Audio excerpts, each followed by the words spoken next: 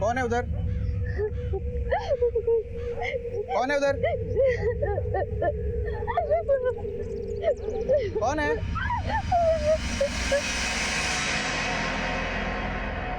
कौन हो तुम? आओ बाहर आओ।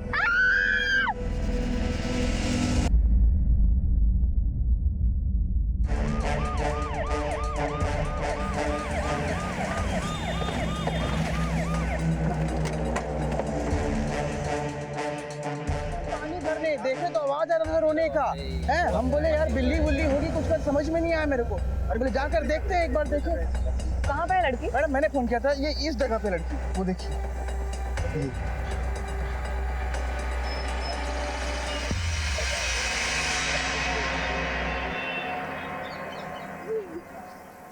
आओ बेटा, हाथ दो। बेटा घबराओ मत, पुलिस मैडम है। आ जाओ बेटा, बाहर आ जाओ। बेटा हाथ दो।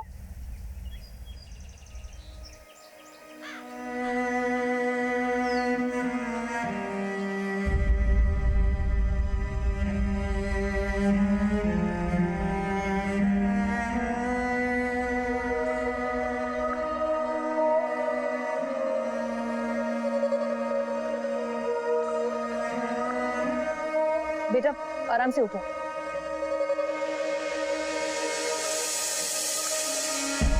आराम से।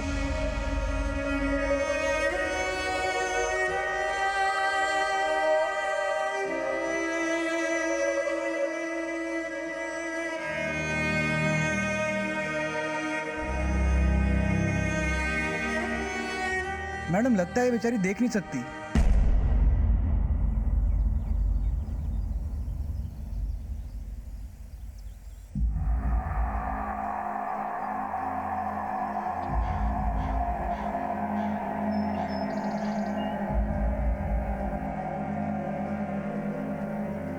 बेटा तुम्हारा नाम क्या है? लतिका, लतिका शर्मा। तुम कहाँ की रहने वाली हो?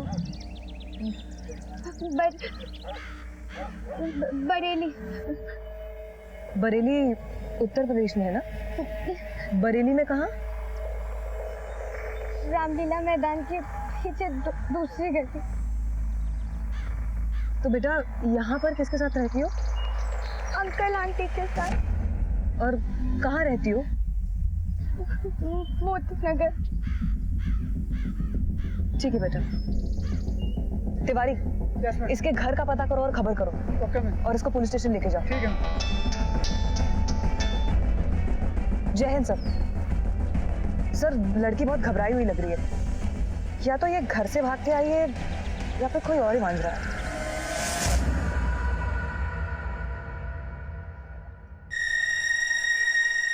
आराम से। बेटा अब ठीक लग रहा है?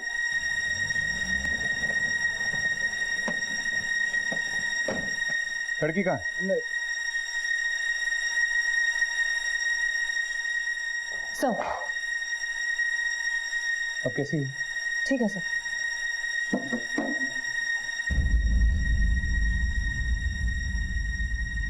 बेटा आप वहाँ झाड़ियों में कैसे पहुंचे? बेटा आप डरो मत। आप पुलिस स्टेशन में हो, बिना डरे बताओ कि आपके साथ क्या हुआ था। कुछ गलत हुआ था आपके साथ?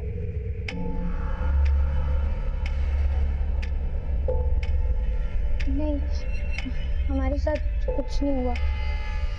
हम बस घर से निकले थे और रास्ता भटक गए। बेटा आपके घर में कौन कौन है? सर सर हमारी बेटी लतिका कहाँ है? घर पे बताया कि पुलिस आई थी सर। लतिका लतिका बेटी लतिका कहाँ चली गई थी तू? लतिका देख तेरी आंटी भी आई है साथ में। बेटा मैं जमुना आंटी।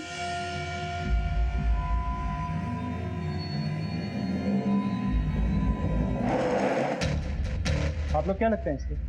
अरे सर रिश्तेदारी का तो क्या कहें, मानो तो सब कुछ वरना कुछ भी नहीं। देखिए जितना पूछा जा रहा है उतना बताइए। वो हमारा खून का रिश्ता तो है नहीं सर, लेकिन हमारी बेटी की तरह है बिल्कुल। सर किराएदार है हमारी, अभी 1 साल पहले ही अपने बाप के साथ आई थी। ये लो बेटा चाय, गरम है, संभाल फिर संभाल के। बस 1 साल के लिए चाहिए। बच्ची का इलाज चल रहा है एसएम गवर्नमेंट हॉस्पिटल में। 1 साल में ठीक हो जाएगी, फिर हम चले जाएंगे। कैसे गई इसकी आंखों की रोशनी?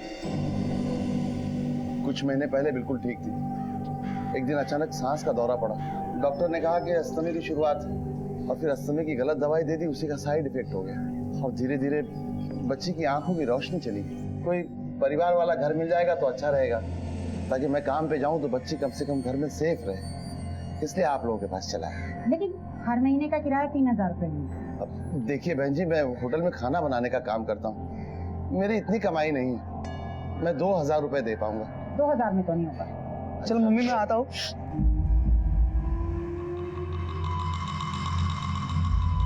कौन है लोग? अरे कुछ नहीं बेटा, वो हमारा कमरा पड़ा है ना खाली, बस उसी के लिए किराएदार आए थे। 3000 रुपये मांग रही हूँ तो कितना दे सकते हो आप? बेटा 2000 रुपए। ठीक है ना मम्मी, दे दो। चलिए ठीक है। बड़ी मेहरबानी। 6 महीने तक तो इसके बाप ने किराया ठीक से दिया, लेकिन अभी पिछले 6 महीने से आज दे रहा हूँ कल दे रहा हूँ, बस यही सुन रही हूँ, किराया तो दिया ही नहीं। अब कहाँ है इसका बाप? साहब बड़ा अच्छा आदमी था साहब वो। जो पूछा है उसका जवाब दो। सर वो तो भगवान को प्यारा हो गया। कैसे? मेरा मतलब है कि एक्सीडेंट हो गया तो साहब वो महाराना रोड पे पता नहीं चला कौन गाड़ी मार के था। ये घर से क्यों निकली? शायद मेरी वजह से साहब, मैं बहुत तंग आ गई थी इससे। अब क्या तोड़ दिया तूने? ये क्या किया है? जिंदगी बर्बाद करके रख दी तूने हमारी। साहब उस शाम को मैं अपनी बहन के यहाँ गई हुई थी, और जब सुबह लौटी और इसे नाश्ता देने गई तो लतिका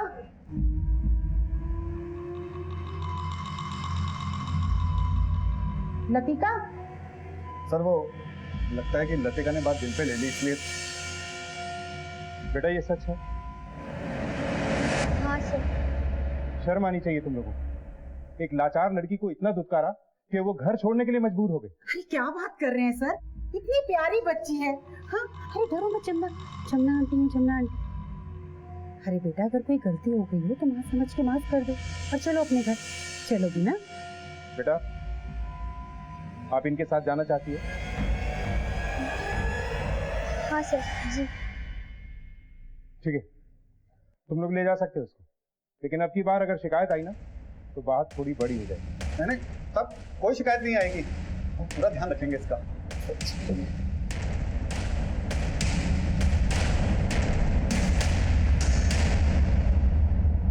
कुछ समझ में नहीं आ रहा है सर। ये बात तो पक्की है कि ये लड़की बहुत घबराई हुई है।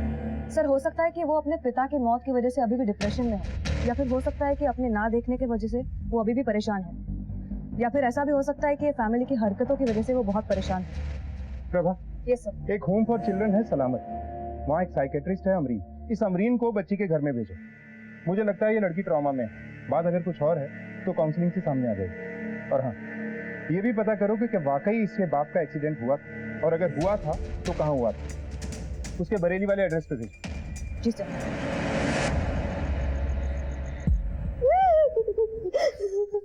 इतना पड़ेगी मेरी बेटी का दहेज देना ही नहीं पड़ेगा, क्यों बेटा? हाँ पापा।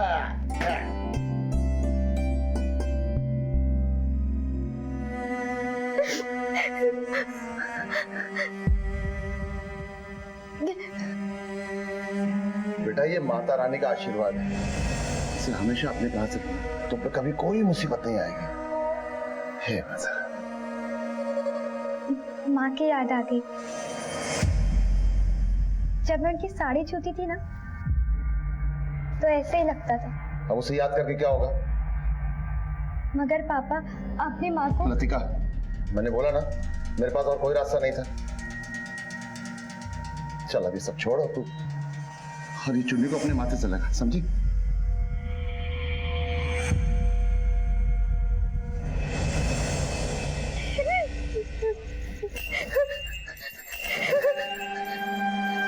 कौन है? कौन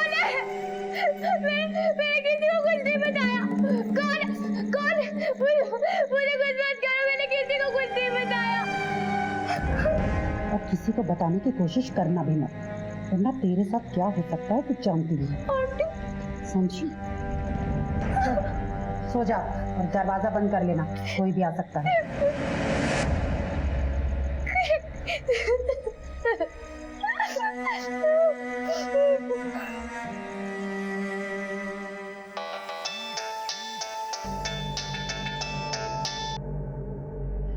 प्रभा जी बोलिए। वो मैं लतिका के बारे में बात करना चाह रही थी। जी मैं उसी के घर जा रही हूँ। देखिए अमरीन जी, हमें इस लड़की की बहुत फिक्र है। वैसे तो कोई केस लॉन्च नहीं हुआ है, लड़की देख नहीं सकती है, कम उम्र और बेसहारा है, घर से निकली और रास्ता भटक गई। इसके अलावा और कुछ है जो हमारे सामने नहीं आया। लड़की की बॉडी लैंग्वेज को देखकर लग रहा था कि कुछ छुपा रही थी वो, या कुछ कह नहीं पा रही थी, और लड़की के गायब होने के 2 दिन बाद वो मिली है। अब हम जानना चाहते हैं कि इन 2 दिनों में हुआ क्या और वो निकली क्यों। बेटा, तुम्हारा नाम लतिका शर्मा है? देखो बेटा, तुम्हें जुबानी बोलना पड़ेगा क्योंकि हम ये बातचीत रिकॉर्ड करेंगे, ठीक है? जी। तुम्हारे पापा का नाम क्या था? जी दिवाकर, दिवाकर शर्मा। देखिए, बच्ची को बोलने दीजिए। कहाँ की रहने वाली हो तुम? बरेली। बरेली? देखिए, आप लोग मुझे डिस्टर्ब कर रहे हैं। मुझे बच्ची से अकेले में बात करनी है। प्लीज आप लोग बाहर जाइए। नहीं नहीं मैडम, आपको जो पूछना है पूछ लीजिए, हम डिस्टर्ब नहीं करेंगे। आप लोग जा रहे हैं या हम पुलिस स्टेशन बात करें? बेटा लतिका, घबरा मत, है हम लोग यहीं पर हैं। हाँ, ठीक वो है? ठीक है, चलो चलते हैं। हाँ बेटा, तुम अपने पापा से बहुत प्यार करती थी। जी। कैसे गुजरे वो? एक्सीडेंट हो गया था, एक गाड़ी ने उड़ा दिया था। गाड़ी वाला पकड़ा नहीं गया। पुलिस स्टेशन में रिपोर्ट की थी? नहीं। अच्छा, तुम्हारी माँ? वो बचपन में ही गुजर गई, मुझे तो उनका चेहरा भी याद नहीं है।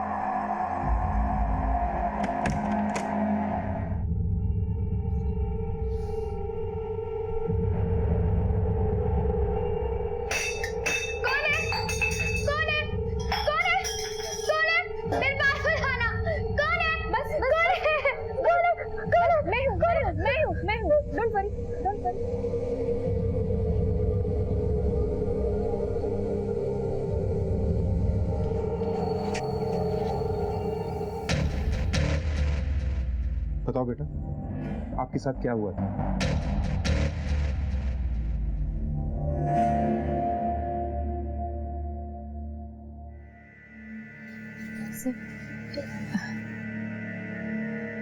लतिका, बिल्कुल भी मत घबराओ। तुम पुलिस स्टेशन में हो, तुम्हारे साथ जो भी हुआ है तुम बेझिझक सर को बोल सकती हो। बोलो। अब मैं हमेशा की तरह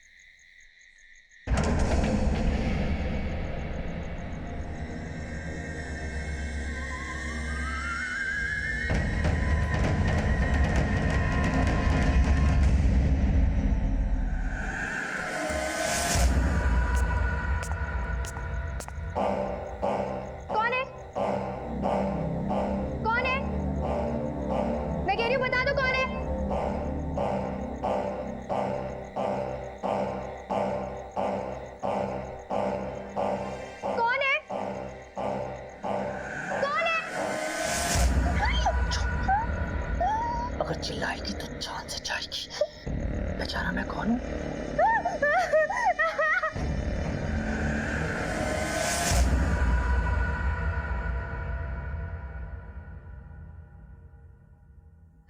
उसके बाद मैं बेहोश हो गई और जब मुझे होश आया तो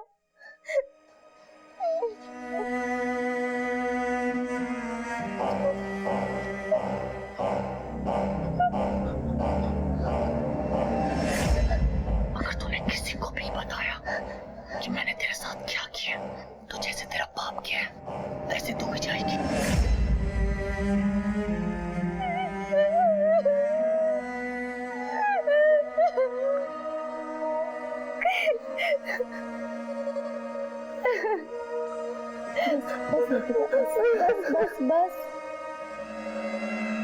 बेटा, तुमने हमसे पहले क्यों नहीं बताया कि तुम्हारे साथ रेप हुआ? उसने मुझे धमकी दी थी। किसने धमकी दी थी? तुम जानती हो उसे? नहीं सर, तुम्हें किसी पे शक है? तुमने आवाज सुनी थी उसकी?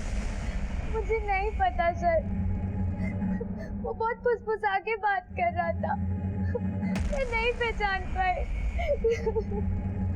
बेटा, कहीं ये तुम्हारा अंकल हरीश या उसका बेटा सोनू तो नहीं? मुझे नहीं पता सर, मुझे कुछ नहीं पता। उसका मेडिकल चेकअप करो।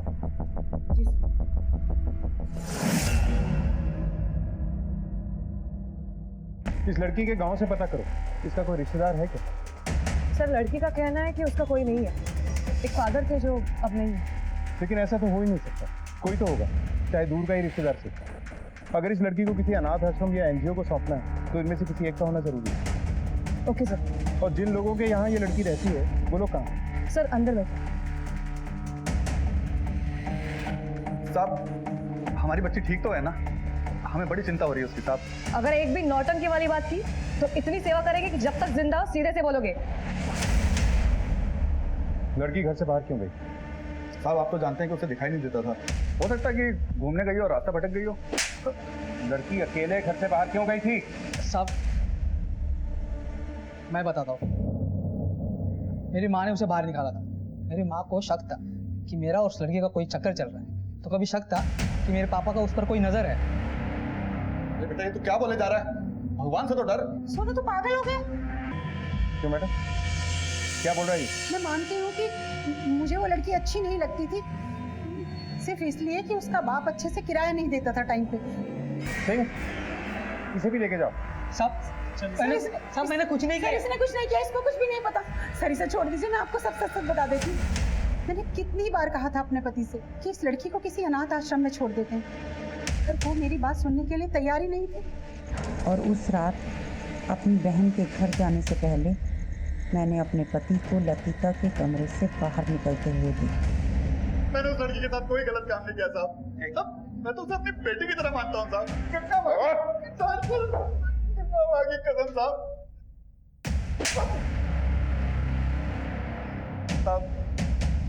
मैंने उसे बहुत समझाने की कोशिश करी, वो पूरी तरीके से बिगड़ चुका था साहब। कौन? साहब, मेरा बेटा सोनू। क्या कुछ नहीं किया उसके लिए साहब। उसे दिल्ली भेजा पढ़ाई लिखाई करवाने साहब, लेकिन वहाँ उसकी संगत बिगड़ गई साहब। संगत बिगड़ गई मतलब? वो नशा करने लगा था, पैसे चुरा के ड्रग खरीदता था साहब। और उसके बाद जब मैंने थोड़ा सा सख्त होने की कोशिश करी, तुम्हारा बेटा गली के नुक्कड़ पर ड्रग्स दे रहा था। दो और भी देख के मुझे देखते ही भाग गए। बेटा, ये सच में ड्रग्स ले रहा था? हाँ मम्मी, पर पहली बार लिया, इसके बाद नहीं लूंगा। साहब, ये ड्रग्स की आदत भी कभी छोटी है क्या? तेरा बेटा ड्रग्स लेता था या जुआ खेलता था, उससे हम बाद में निपटेंगे। पहले ये बता, तेरे बेटे की लतिका पे नजर थी या नहीं? बोल। हाँ साहब, ठीक। उसकी गंदी नजर थी साहब उस लड़की पे।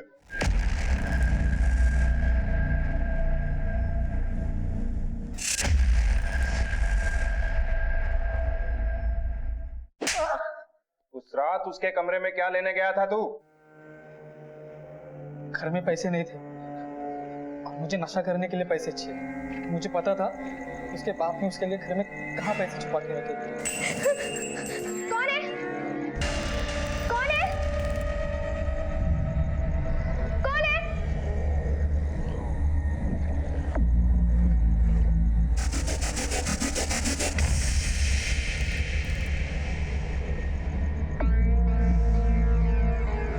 कौन है? कौन है? कौन है? और चोरी करने के बाद अकेली लड़की को देख के तेरी नीयत डोल गई ना? नहीं साहब, मैंने ऐसा कुछ नहीं किया। और ये जब सब हुआ ना, तब मैं दोस्तों के साथ बाहर, और जब घर आया तब देखा कि माँ ने उसे धमकाया था। हाँ सर, मैंने बोला था। उस दिन मैं अपनी बहन के यहाँ गई हुई थी। और जब मैं वहाँ से वापस आई अचानक से उसके रोने की आवाज़ सुनाई दी तो मैं देखने चली गई। लतिका,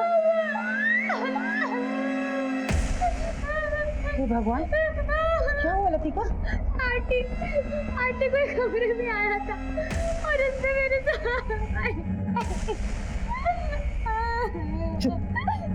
चुप एकदम।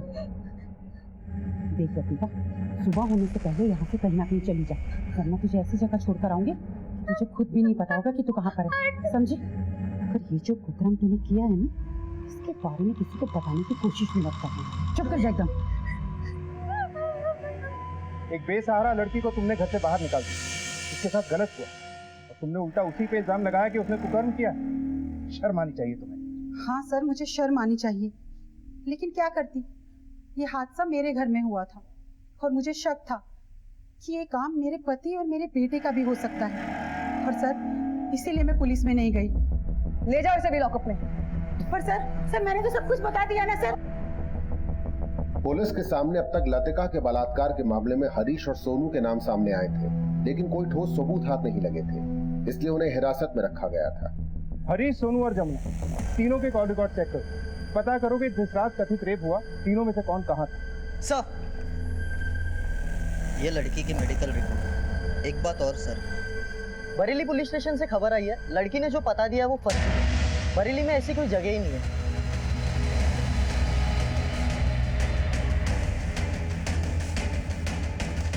Prabha, yes sir. Medical report से भी ये क्लियर नहीं हो रहा है कि लड़की के साथ रेप हुआ है।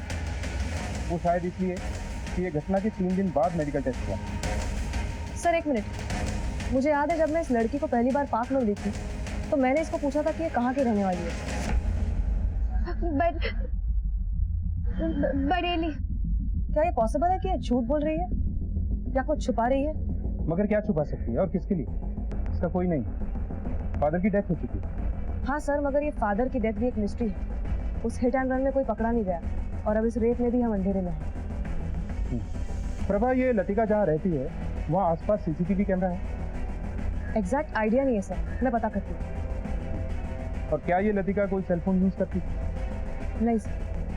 तो इसका मतलब है ये लड़की जो भी हमसे कहेगी कि उस रात घर से निकलने के बाद वो कहाँ गई, हमें सब बातों पे यकीन करना होगा। लेकिन हमें ये भी पता लगाना होगा कि इसके गांव का असली एड्रेस क्या है और इसने हमसे झूठ क्यों बोला। या तो तुम झूठ बोलकर हमें गुमराह करने की कोशिश कर रही हो या किसी मजबूरी के तहत कुछ छुपा रही हो।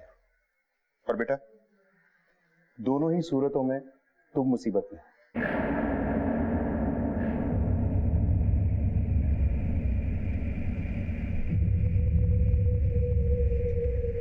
लतिका, हाँ मैं हूँ। देखो, अगर किसी ने भी ना तुमको कोई भी धमकी दी है तो तुम सब सच सच बता दो।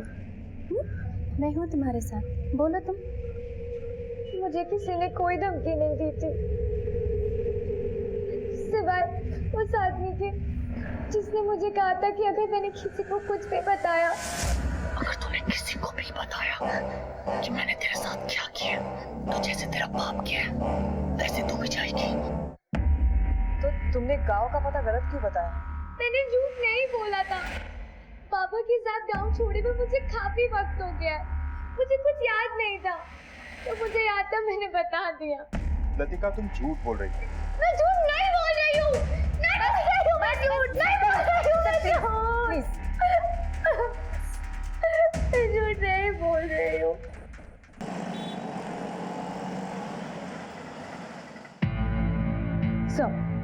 सर, लतिका के फादर दिवाकर का एक्सीडेंट रात के 10 बजे के आसपास हुआ था और जिस सड़क पे एक्सीडेंट हुआ था वहां पे कोई सीसीटीवी कैमरा नहीं था और वहां की दुकानें भी बंद हो चुकी थी। एक मेडिकल शॉप खुला हुआ था जहां एक लड़का दुकान बंद करने की तैयारी कर रहा था। उस लड़के का स्टेटमेंट मिला है। सर, मैं दुकान बंद करने की तैयारी कर रहा था और दिवाकर जी मुझसे थोड़ी देर पहले ही दवाइयाँ लेकर गए थे। उसके बाद मुझे बाहर से आवाज आई और जैसे मैं बाहर भाग के गया मैंने देखा कि दिवाकर अंकल खून से लथपथ थे। उसके बाद मैंने एम्बुलेंस को फोन किया और पुलिस को फोन किया। आपने गाड़ी का नंबर देखा? नहीं सर, जब मैं बाहर आया तो गाड़ी जा चुकी थी। ये महज एक इत्तेफाक है या फिर एक्सीडेंट करने वाले को पता था कि वहां कोई सीसीटीवी कैमरा नहीं है? वैसे भी इस लड़की की सारी बातों पे यकीन कैसे करते? इस लड़की ने कहा कि इसके साथ रेप हुआ है, हमने मान लिया। इसने कहा कि ये अकेली घर से निकली थी, हमने ये भी मान लिया। मान लो अगर ये लड़की ही झूठ बोल रही हो तो? Prabha, yes sir. इस लड़की के घर से निकलने वाले हर मुमकिन रास्ते के सीसीटीवी कैमरास पे चेक। एक नेत्रहीन अकेली लड़की सड़क पर सीसीटीवी में ढूंढना मुश्किल नहीं है। जी सर। पुलिस को अब लतिका के बयान पे भी शक होने लगा था। लतिका के बयान को क्रॉस चेक करने के लिए उन्होंने एक एक सीसीटीवी को बारीकी से टटोलना शुरू किया। दिन रात की मेहनत के बाद पुलिस ने आखिरकार सच्चाई खोज ही निकाली। Prabha, yes sir. इतना तो साफ है कि ये लड़की सच बोल रही थी कि वो घर से अकेली नहीं, और रेप को लेकर झूठ बोलने की कोई खास वजह भी नजर नहीं आ रही। तो फिर ऐसा कौन है जो इनके घर में आया था? इनके पड़ोसियों से पूछताछ करो। जी सर। और अपने खबरियों को भी एक्टिव कर दो किसी भी क्लू के लिए। ये जरूरी नहीं कि ये हरकत किसी पहचान वाले ने की, कोई अनजान भी हो सकता। Yes sir.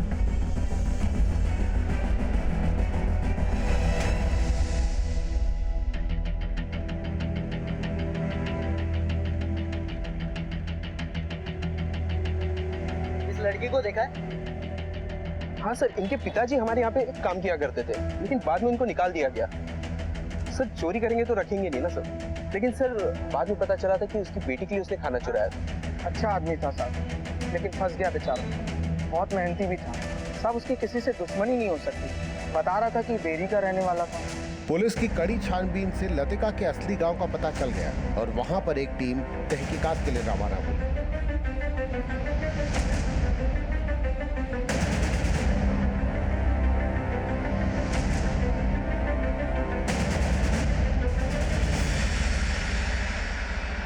तो लतिका है, हमारे छोटे भाई की बेटी। इसी का बाप तो 2 साल पहले अपनी पत्नी को जान से मार के यहाँ से भाग गया था। बचपन में ही गुजर गए। मगर थाने में तो किसी ने कंप्लेन नहीं करा। अब रिपोर्ट नहीं लिखवाई तो हम क्या करें सर? ये बात तो वैसे पूरा गांव जानता है कि हमारे छोटे भाई ने अपनी पत्नी का खून करके उसके बाद अपनी बेटी को लेकर के यहाँ से भाग गया। आप लोग शायद उस समय यहाँ के थाने में नहीं रहे होंगे, इसलिए पता नहीं। तो आपने क्यों नहीं लिखवाई रिपोर्ट? परिवार का मामला है, हम ये लिखाते कि हमारे परिवार के छोटे बेटे ने अपनी पत्नी का खून कर दिया। अब कुछ भी बोलो, अपना खून तो अपना ही होता है। आपको कैसे पता कि उसने खून किया था? किसी ने कहा आपसे या आपने अपनी आंखों से देखा? ये सब करते हुए सोहन ने देखा, हमारे बेटे। मैडम उस दिन जब हम बाजार से वापस आ रहे थे ना, तो चाचा जी के घर से आवाजें आ रही थी। तो मैंने खिड़की से झांक कर देखा, चाचा जी ने गुस्से में आकर चाची जी की हत्या कर दी। इससे पहले कि हम लक्ष्मी को अस्पताल पहुंचाते, वो मर चुकी थी। Okay, thank you. मैडम उड़ती हुई खबर ये भी है कि राजवीर ने ही लक्ष्मी का खून कराया था। राजवीर और दिवाकर के बाप ने जमीन के बंटवारे में राजवीर के बेटे सोहन और दिवाकर की बेटी लतिका को बराबर हिस्सों में बांट दिया था, जो कि राजवीर को नामंजूर था। उसका कहना था कि लड़की पराया धन होती, जायदाद के हिस्से में उसका हक नहीं होना चाहिए। मुझे इस केस की पूरी फाइल चाहिए। जी मैडम। अगर अभी तक किसी ने रिपोर्ट नहीं किया है तो अब थाना रिपोर्ट करेगा। लक्ष्मी के मौत की सच्चाई तो सामने आएगी और उसके खूनी को भी सजा मिलेगी।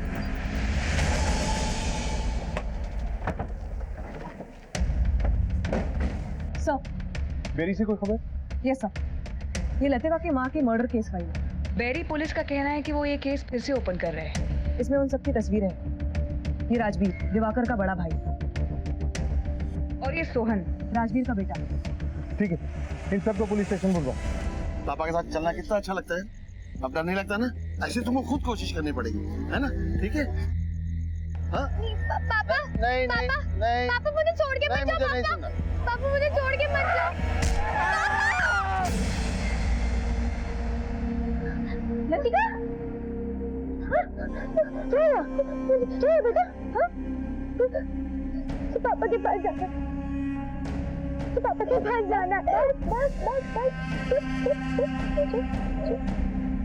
आपकी मौत 2 साल पहले हुई थी और तुम्हारे बाप ने उसे मारा था। नहीं, ये झूठ है। यही सच है। तुम्हारे चाचा गांव में रहते हैं राजवीर, अपनी बीवी और बेटे सोहन के साथ।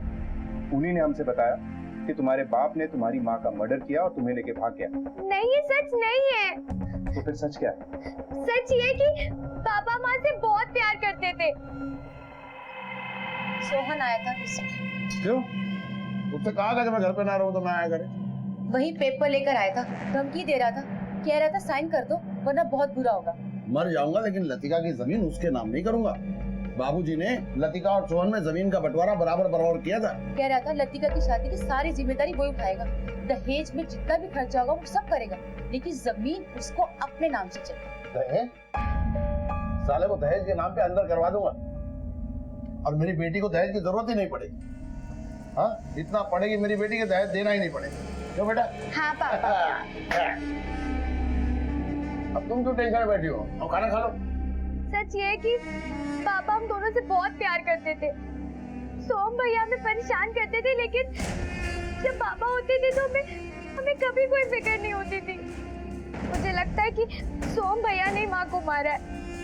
मैंने खुद अपनी आंखों से उन्हें वहां से निकलते हुए देखा था।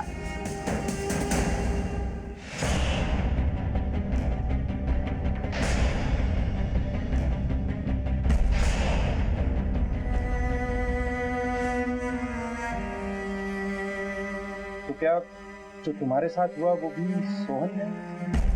मुझे नहीं पता। काश मैं देख सकती। पापा ने क्या क्या सपने देखे थे मेरे लिए, सब खत्म हो गया। अब नहीं जीना चाहती हूँ। ऐसे नहीं बोलते। लतिका, तुम चाहती हो ना कि तुम्हारी माँ के कातिल को सजा मिले, उसे सजा मिले जिसने तुम्हारे साथ ये सब किया? तो फिर तुम्हें हमारी मदद करनी, उस आदमी की महक को पहचानना होगा, किसी भी तरह की महक, गुटखे की महक, सिगरेट की महक या उसके पसीने की महक। मुझे नहीं पता, लेकिन मैं पूरी कोशिश करूंगी। सब कुछ सच सच बताएगा या सच जानने के लिए हमें ही कुछ करना पड़ेगा? क्या सच सर? यही सच कि तूने लतिका की माँ यानी अपनी चाची को क्यों और कैसे मारा, और लतिका के साथ गलत क्यों और कैसे किया। मेरे पापा अभी आते होंगे मुझे छुड़ाने, जब मैंने कुछ किया ही नहीं है तो ये ऐसे नहीं बनेगा। जरा इसकी अच्छी तरह से धुलाई करो। सर बताता हूँ सर। सच याद आया? सर पापा ने दिवाकर चाचा को कई बार समझाया कि वो जमीन मेरे नाम कर दें, पर चाचा अपनी जिद पर अड़े हुए थे। तो पापा ने मुझसे कहा कि मैं चाची को अलग से समझाऊं। चाची मुझे इसमें लतिका की साइन चाहिए। मैंने आपसे कहा ना, उसकी शादी की जिम्मेदारी मैं लेता हूँ, मैं करता हूँ दहेज का इंतजाम। मुझे कहा था ना, तेरे चाचा यहाँ पे ना हो तो यहाँ आना नहीं। चाची समझो मेरी बात, नहीं तो बहुत बुरा हो जाएगा।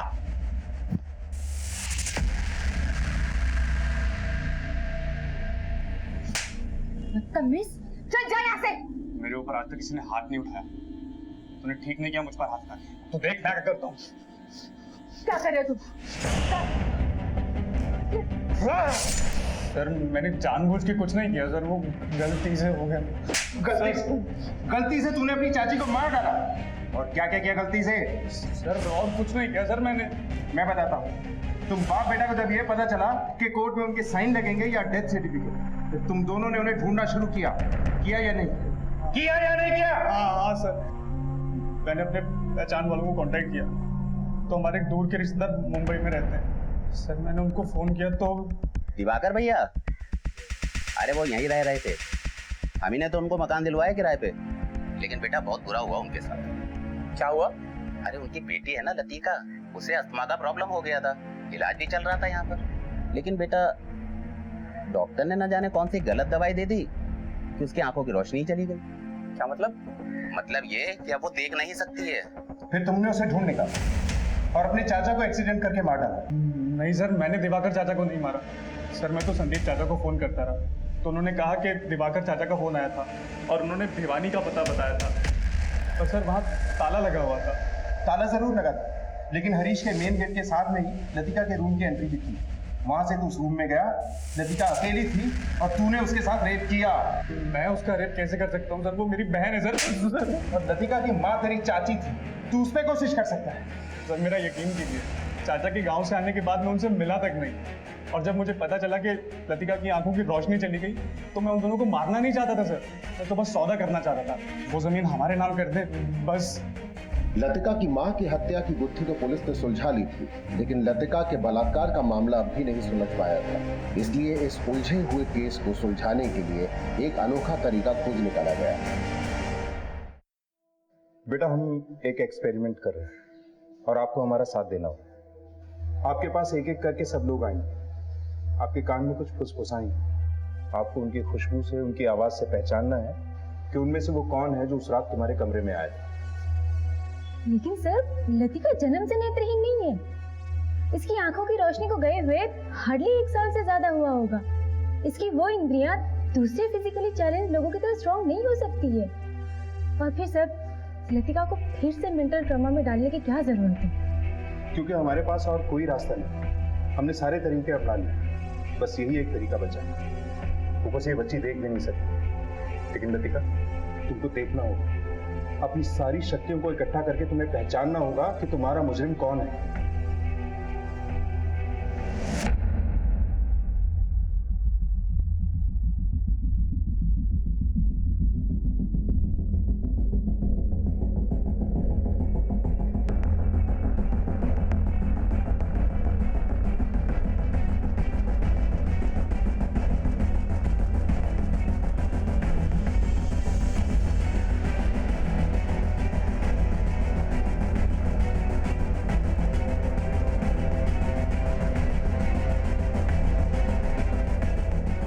नेक्स्ट कौन बाकी नहीं रहा? सर, आई थिंक सर ये सही तरीका नहीं है और लतिका गलत भी तो हो सकती है।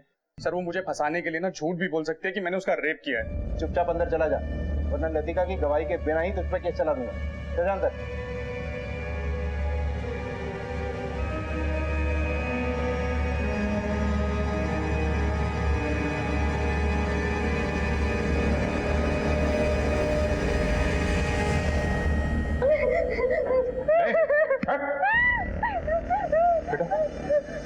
क्या ये वही है जो उस रात तुम्हारे कमरे में आया था? नहीं, लेकिन मैं जानती हूँ ये कौन है।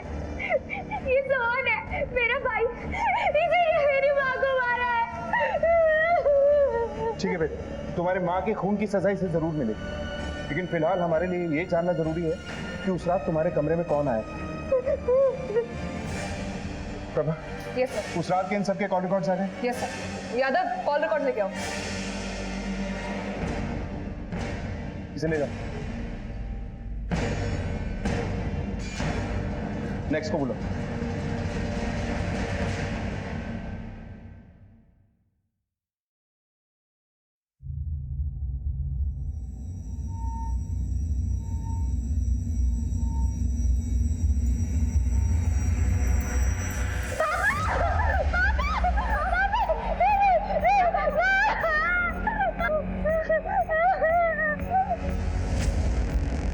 देखिए सर, लतिका से जरूर कुछ गलती हुई है। वो बेचारी देख नहीं सकती। वो कैसे कह सकती कि वो आदमी मैं ही था? सिर्फ वो ही नहीं बोल रही, तेरे सेल रिकॉर्ड्स भी बोल रहे हैं। ये देख, जिस रोज तू दुकान पे नहीं गया था ना ये बोल के कि तू घर पे है, उस रोज तेरा सेल फोन खुद ब खुद चल के उसके घर चला गया था। सब बता दो प्लीज मत मारिए। जब मैंने पहली बार लतिका को अपनी दुकान में देखा तो उसे पसंद करने लग गया था। ऐसा भी है? पूरे पैसे तो नहीं है? मैं पूरी कोशिश कर रहा हूँ, जल्दी आपके पैसे चुका दूंगा। मैं किसी को उधार नहीं देता, मुझे भी अपना धंधा चलाना है, आगे पैसे चुकाने पड़ते हैं।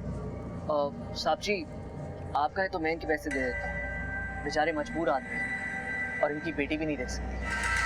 सर मैं उनके घर बार बार जाने के बहाने ढूंढने लगा, कभी दवाइयाँ देने के बहाने तो कभी ट्रस्ट की बात करने के बहाने। शायद मैं लतिका से प्यार करने लगा था।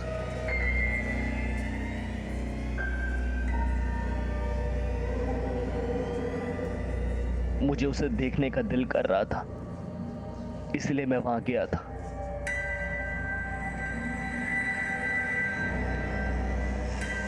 और मैंने वहां देखा कि घर में कोई नहीं था।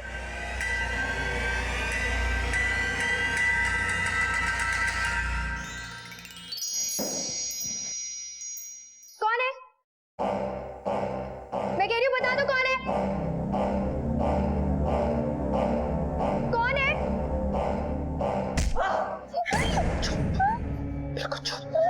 अगर चिल्लाएगी तो जान से जाएगी। पहचाना मैं कौन हूँ? पहचान भी नहीं पाएगी।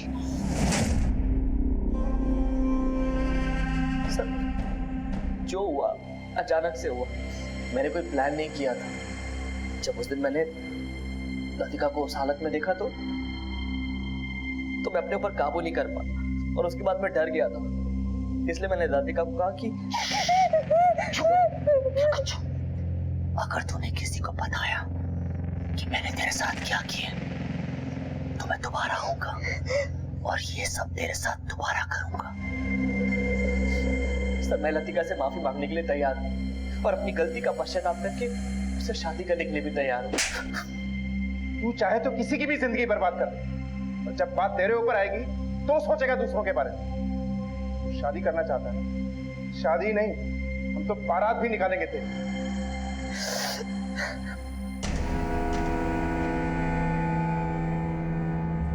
सर, पूरी इंक्वायरी के बाद पता चला है कि दिवाकर की मौत में गाड़ी वाले की गलती नहीं थी। दरअसल दिवाकर को चक्कर आ गया था और वो सड़क पे गिर पड़ा था और फिर गाड़ी ऊपर से गुजर गई। और लतिका, वो कैसी है? सर, लतिका ने कॉलेज जाना शुरू किया है और अमरीन की देखरेख में अच्छा रिकवर कर रही है वो।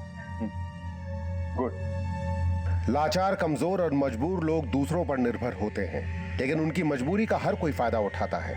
यही हुआ लतिका के साथ। उसके सगे चाचा ने, उसके मकान मालिक के परिवार ने लतिका की मजबूरी का फायदा उठाया। सूरज ने तो लतिका का यौन शोषण तक किया। इस दुनिया में जहां अच्छे खासे लोग जीने के लिए संघर्ष करते हैं, वहां ये हम सब की जिम्मेदारी है कि हम सब असहाय लोगों की मदद करें, उनका सहारा बने।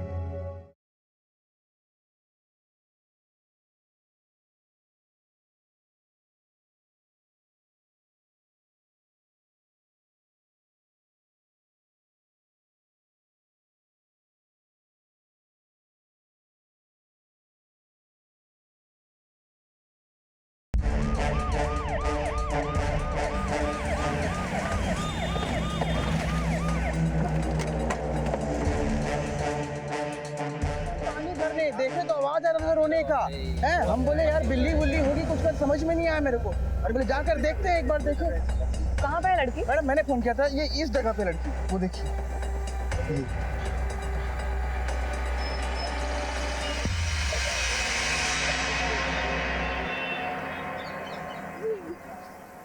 आओ बेटा, हाथ दो।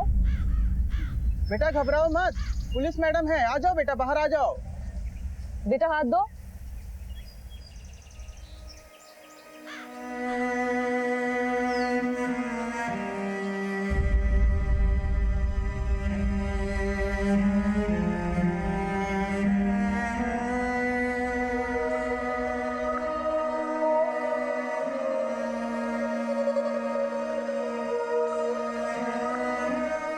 बेटा आराम से उठो।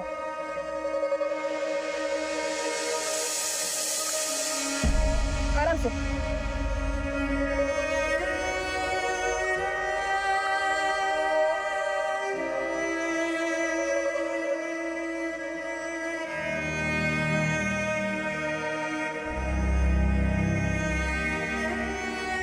मैडम, लगता है बेचारी देख नहीं सकती।